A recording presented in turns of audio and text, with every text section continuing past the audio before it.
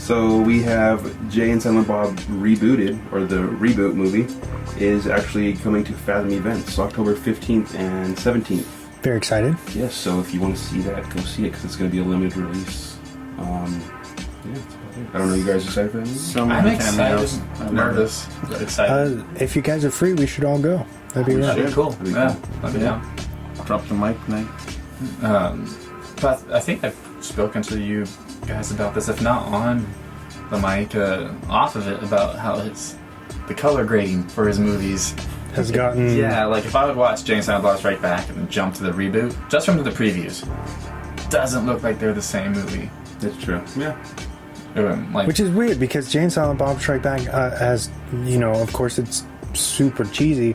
It feels like a real movie. Yeah. And as of late, everything after Red State looked fine to me. Yeah. And then even Tusk looks fine as far as the color, but then everything after that is just. He does like the cut immediately after he shoots, so maybe he's just throwing up a quick preview here and there, and it's just footage before they did it.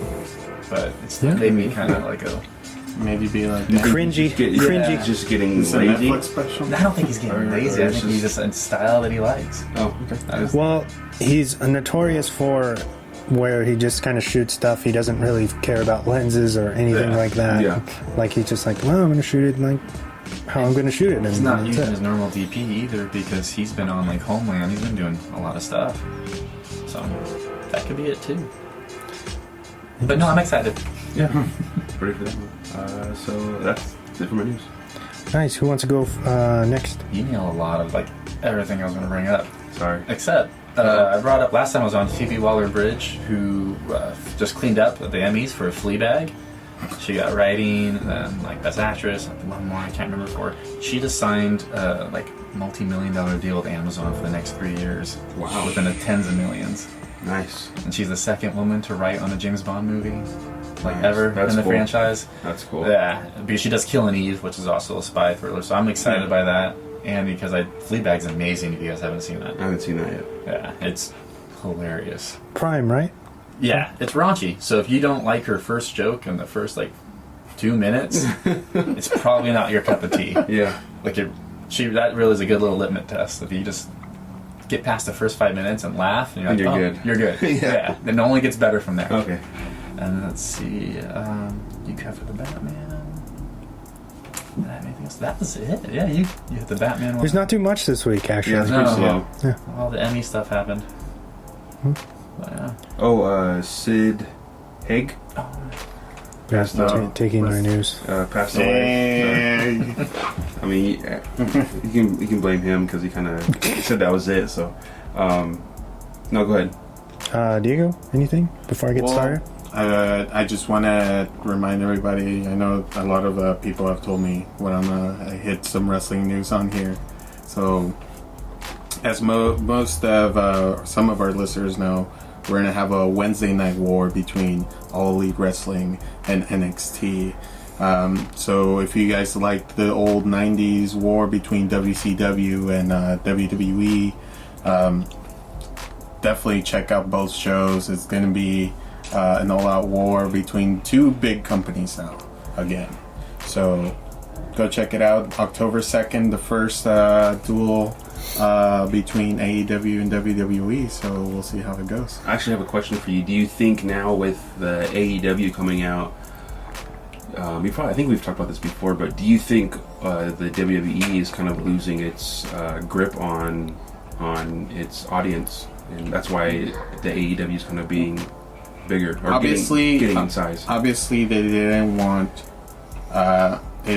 one of their biggest shows to go on with AEW, because I think AEW appeals more to the hardcore fan, and that's why they put NXT, which is their developmental company and their developmental brand, and which shows a lot more indie stuff. And the fact that they're going that route is a testament how big AEW is going to be and how much the war has already started. So, and how TNT has been have been showcasing this on their network all the time. Yeah. every Saturday morning before I go to work, I see TNT and even when the champions, because they have the Champions League, the NBA going on, is definitely all over their platform, and I think TNT is definitely pushing. Yeah, they're pushing it. They're pushing it so hard, and I'm excited for this. I mean, DVR one show. You get DVR. That's the beauty of technology now. You get DVR. You can watch, or you could give your rating, or still, if you don't want to give your rating, just stream it somewhere. Ask your buddy. But definitely check that out. Nice. That's it. That's my news. Yeah. Very good. So, as James brought up, one of our favorite clowns passed away last Saturday. Sadly, Sid Haig, who most of you may know from Rob Zombie's House of a Thousand Corpses and Devil's Rejects, and the newest 3 from Hell, he passed away from health complications. And it was, although he had a rough year, I don't think any of his family or friends expected for him to pass away so suddenly. Yeah. He was on his way, he was in recovery, and everything was seeming like it was fine, and then he just kind of... got the better of him. Yeah. Unfortunately. Yeah. So, R.I.P. to Sid. Yeah. I just met him in April, so it's kind of weird, definitely weird for me, because I was just like, oh, like, he's not here anymore. It's pretty strange. And then I went to, I saw the double feature for Devil's Rejects, followed by the new film, 3 from Hell, for the Fathom events. So it was weird. It like hit more home, having seen him, like going on that ride, like both of the films. Yeah. So it's pretty sad. But in a couple weeks, we're going to have our friend Gabby on the show, aka 7 Octobers, who... she's like kind of famous in San Diego, hip-hop artist. Okay. So I'm pretty excited to that. We're gonna honor Sid by talking about Devil's Rejects. Nice. Okay. Nice. Cool. So tune into that. Yeah. Very soon. It's gonna be fun. Moving on, we talked about Rambo already. A little too much. Right? Half the show is about Rambo. That's great. That's cool. Apparently Leslie doesn't like me anymore. No. I'm glad you have an opinion. You're the heel, man. It's You're not the the heel. opinion I wanted. So, in more Rob Zombie news, 3 from Hell, obviously it had its a 3-day event. Yeah. Theatrically, which is now over. It did so well, even for the box office, just for those 3 nights, that they decided to do it for one more night. Oh, nice. In October. So if you missed it, check it out in cinemas for one more time, only October 14th. Okay, nice. If you like horror or Rob. And my last piece of news, the new Grudge film will actually be in the same universe as the Sarah Michelle Gellar film from 2004. So it's neither, they were saying it's not really a sequel and it's not really a reboot. Basically, so the Gellar film is taking place in Japan, correct? And so this new one is going to be taking place in that same time, but in the U.S. Okay. If anybody's interested in that, they have some new stills up from the new film.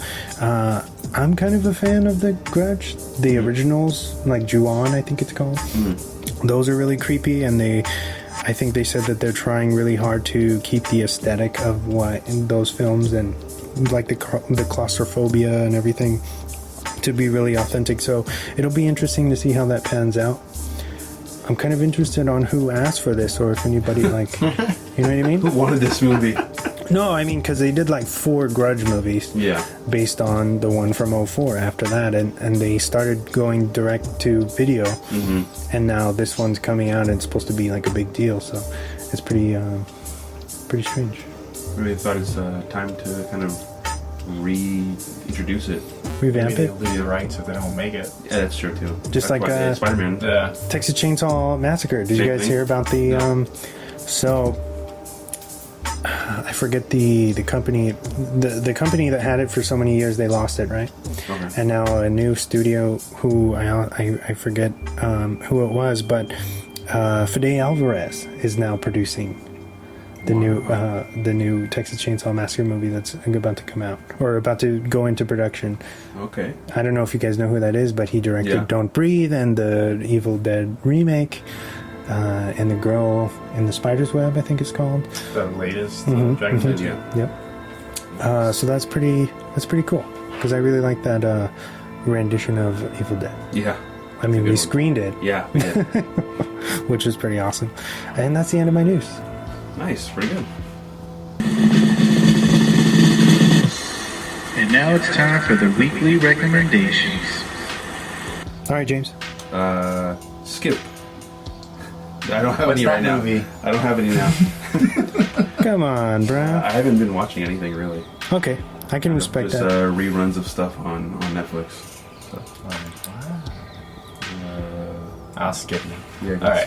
skip. What I've been watching is The Dark Crystal, the series on Netflix. Oh yeah. Yeah, it's actually pretty Okay. dark. I've never seen the. I've You never seen the film? Are you familiar with the film, Chris? Yeah. Well, so it's been a while since I've seen the film, but it's still, because it's a prequel to it, Uh huh. but it's like, they're dealing with some heavy shit with puppets. Really? Okay. And you're like, whoa. They're killing each other and all kinds of stuff. It's, It's pretty wild. genocide. Yeah, It's like, whoa. Okay.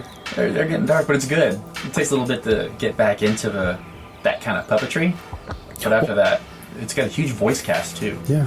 Well, it's from Jim Henson, who Yeah. did the original Ninja Turtle movies, and I feel like they're kind of known for like their kind of cutting edge storytelling, and I love that it's dark because it's kind of going with, they know who their audience really is. You know what I mean? Because kids nowadays are probably going to look at that and be like, "What the fuck is this?" I You know what I mean? Yeah, no, As far as the puppetry, if you tune in and just like watch it as a kid, what is going on? yeah. It's not Sesame Street, that's for sure. But I remember I read Jim Henson's biography, and they talk about him making the first one and how no one wanted to make it. He put his old money into it. All of a sudden, it was a huge success for him. That would be the second one, wasn't it? Was it Labyrinth that he did? With David Bowie. Yeah, that one didn't do too well for him.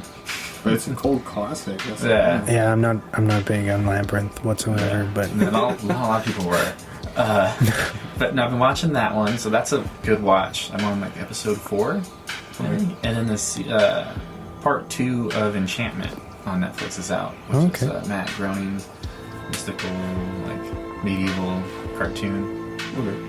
I really like it, so that's what I've been watching. I still like the Simpsons way of like art that he does. More like Futurama, closer, Okay. yeah, Okay. than The Simpsons. But yeah, Okay. exactly. So, yeah. very nice. Diego. I will go with 2 Mexican films. Not Racist. well. It's a Hispanic Heritage Month, so it's the end of it. I want to go with. Actually, it's going to be a horror film. Santo versus Las Vampiras. I thought you were going to say Rambo Last Blood. No. How, Actually, this movie in particular is the only Santo release movie in Europe. So it was never released in the Americas because most of the movie was filmed with topless vampires. What? So, Sounds like my kind of movie. Yeah. so very titillating. if you guys want to check it out, it's on somewhere on YouTube. Somewhere on YouTube. Where on YouTube? You I can think he's just saying Pornhub. Is that what Oh, you that's said? what it- Yeah, maybe that's where yeah. it's at. If you put the link in the description Yeah. below.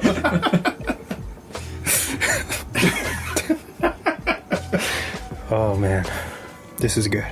And man, you guys made me forget my other film. It was a Mexican film. Because he wants to be a hypocrite.